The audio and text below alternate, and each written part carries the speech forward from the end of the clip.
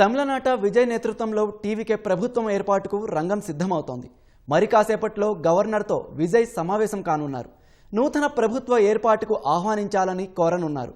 విజయ్కు మద్దతిస్తున్నట్లు కాంగ్రెస్ ప్రకటించగా పీఎంకే, సిపిఎం, సిపిఐ, వీసీకే, ఐయుఎంఎల్ కూడా సుముఖంగానే ఉన్నాయి.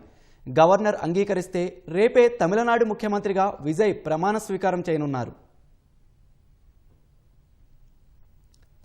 తమిళనాడు అసెంబ్లీ ఎన్నికల్లో అతిపెద్ద పార్టీగా నిలిచిన టీవీకే ప్రభుత్వ ఏర్పాటు కోసం గవర్నర్తో సమావేశం కానుంది. మరి కాసేపట్లో టీవీకే అధినేత విజయ్ గవర్నర్ రాజేంద్ర విశ్వనాథ్ అర్లేకర్ను కలవనున్నారు. ప్రభుత్వ ఏర్పాటుకు ఆహ్వానించాలని విజయ్ గవర్నర్ను కోరనున్నారు. గవర్నర్ అంగీకరిస్తే రేపే విజయ్ తమిళనాడు ముఖ్యమంత్రిగా ప్రమాణ స్వీకారం చేసే అవకాశం ఉంది. ఇందుకోసం చెన్నైలోని నెహ్రూ ఇండోర్ స్టేడియంలో భారీ ఎత్తున ఏర్పాట్లు జరుగుతున్నాయి.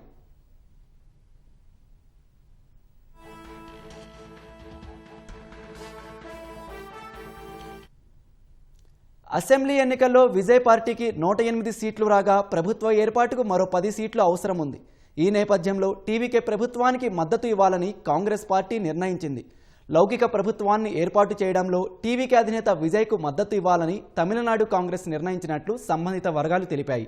ఈ మేరకు మంగళవారం రాత్రి తమిళనాడు కాంగ్రెస్ రాజకీయ వ్యవహారాల కమిటీ పిఏసీ అత్యవసరంగా సమావేశమై నిర్ణయం తీసుకుంది. బీజేపీ, దాని మిత్రపక్షాలు ఎట్టి పరిస్థితుల్లో తమిళనాడులో అధికారం చేపట్టకుండా అడ్డుకునేందుకు కృతనిశ్చయంతో ఉన్నామని కాంగ్రెస్ చెప్పింది. అనంతరం కాంగ్రెస్ ఎమ్మెల్యేలు చెన్నైలోని టీవీకే ప్రధాన కార్యాలయానికి వెళ్లి విజయ్తో సమావేశమయ్యారు. వాళ్ళందరినీ విజయ్ శాలువాతో సత్కరించారు.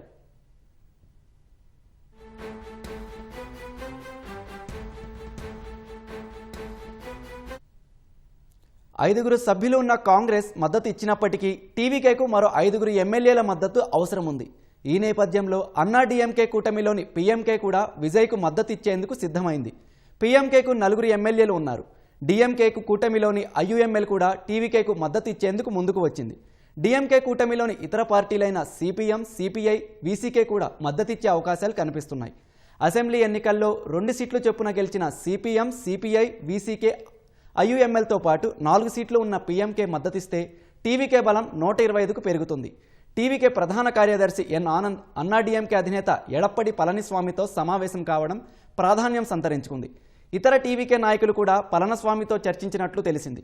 ఒకవేళ టీవీకే 47 సీట్లు ఉన్న అన్నాడీఎంకేతో జతగడితే ప్రభుత్వ ఏర్పాటు మెజారిటీకి ఎలాంటి ఢోకా ఉండదు.